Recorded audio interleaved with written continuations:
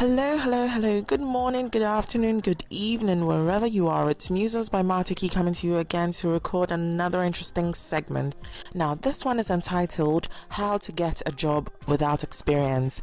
I do hope everyone listening would find this podcast helpful because most of us are bound to face having to apply for jobs without the relevant experience. And it is indeed a challenge for the majority of us. A common question that keeps coming up is, how do you get experience if nobody's willing to hire you? And a lot of times, especially as a fresh graduate, there is a high possibility of lacking the required experience specified in the job specs. Every employer is basically looking for the perfect candidate, but guess what? There's none. Credibility is often aligned with a person's pedigree, the schools they've attended, the number of degrees they hold, the awards they've received. While all these facts are extremely important when selecting a candidate or determining their worth, it does little when it comes to predicting that candidate's future work. Unfortunately, it is indeed a sad reality that most employers are out there looking for the perfect candidates. And sadly, while they're out there wasting time looking for the perfect candidate, they miss out on employing people with incredible skills. I'd like to point out that sometimes being rejected is actually a blessing in disguise, in the sense that you're better off using your skills to start up your own business. Some of us, however, have to still go through professional training in order to get to the level of our careers that would put us in a position to start up our own businesses.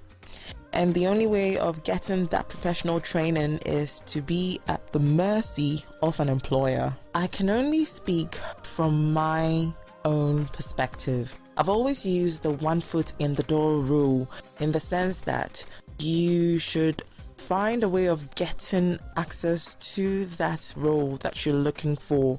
And the way of doing this is, if you're like me and you do believe in humble beginnings, is to sometimes offer to work for free. Why would I say work for free? For somebody like me, I do like to have my financial independence, and working for free is not comfortable to my pockets. I got married just before I finished my second degree in law, and along the way I decided, why not get pregnant now, knowing full well that my professional career was going to take a very long time for me to finish. And while I was pregnant, I decided to apply for jobs within close proximity, considering my condition and also the fact that I didn't have a car at the time. And immediately I put my applications out there. I got an offer from a very prominent law firm. And although I had offered to work for free, they still made an effort to give me £50 every time to cover the cost of my transportation. The good thing was that my husband was always taking me to work and picking me up by the close of work, so I didn't even have to spend the money. That money technically went into savings. Secondly, it's always good to aim for the stars, but while you're aiming, if nothing is happening, there's nothing wrong with starting right from the bottom. And part of starting from the bottom includes going for an entry-level position. I remember one of the lawyers in my previous firms gave me solid advice. She basically said that when she was out there looking for trainee lawyer positions at the time when she had freshly come out of the university, it was really competitive because at the time the credit crunch was still in effect. And what she had done was that she had applied to enter into one of the law firms to work as a paralegal. And when it was time for the firm to start employing for trainees again, she was one of the trainees that was appointed during that time. This was because they knew the value of her work and her worth, and she had already proved herself to them. So there's really nothing wrong with actually going for an entry-level position, because you could always work your way up, and the firm already knows you. So there's nothing more to prove to them. You wouldn't even have to go through the regular interview process sometimes. The third point is to improve the quality of your CV, and this would increase your chances of getting invited for interviews and in the long run getting employed. If you're still in the university, take advantage of the career advice centers go in there, ask them to review your CV, and at least try to tailor it to suit the kind of jobs that you're applying for. The fourth point is try your best to make up for any gaps that are within your CVs. So if you are unemployed for a very, very long time, a way to make up for the gap is to go through training.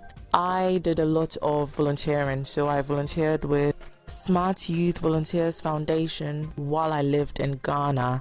Then when I moved to the UK, I worked with St. Mary's Abbott Rehabilitation Training Center, and it was my wonderful friend Kinga who gave me that opportunity.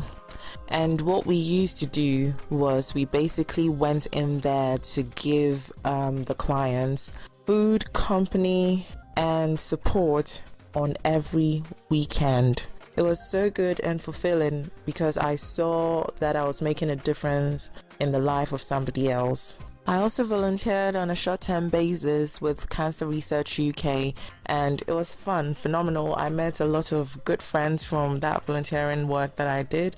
The little work that I offered to all of these organizations in the long run did play a big part when it came to me getting employed, although I had no experience. Another way of getting hired without the prior experience is to go through an agency.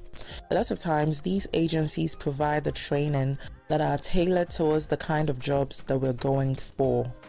The advantages of going through an agency is that you could get hired in a matter of days, so it wouldn't take you a very, very long time to get an opportunity to go in for an interview. And the disadvantage that I found was that a lot of times the interviewers were not overly impressed by the fact that I had not gone directly to their website to apply for the job, but rather I had applied through an agency. So if you're left with a candidate who had applied directly through the website and you who had applied through an agency, chances are that they would employ that other candidate who had gone through the website over you. Another way of getting employed without the prior experience is to apply for shadowing. A lot of times you don't even get money for doing any of these things, but you can get the opportunity to work with somebody within the role that you are pursuing, and that way they could also sometimes refer you to the companies that they know are recruiting at the time. I had an amazing opportunity to work with 2 district judges at the Slough County Court, and that gave me an insight to the day-to-day life and work of a district judge. Both judges gave me solid career advice that I have actually taken on board to date. My final point is do a lot of networking. So if you attend a career fair, you have those recruiters right there. Speak with them, get every advice that you need from them, and learn from everything that they offer on the day. Another way of doing this is to go through LinkedIn. So if there's somebody that you're aiming to be like in the future, you have every opportunity to go and contact them directly. Remember, that is your opportunity to leave an impression, and a lot of times these people do have the time to reply to messages. To finalize this podcast, let's revisit our mantra. I can do all things through Christ who strengthens me. Now repeat this after me. I can do all things through Christ who strengthens me. Do not forget this. Till next time, Musings by Martiki. Bye!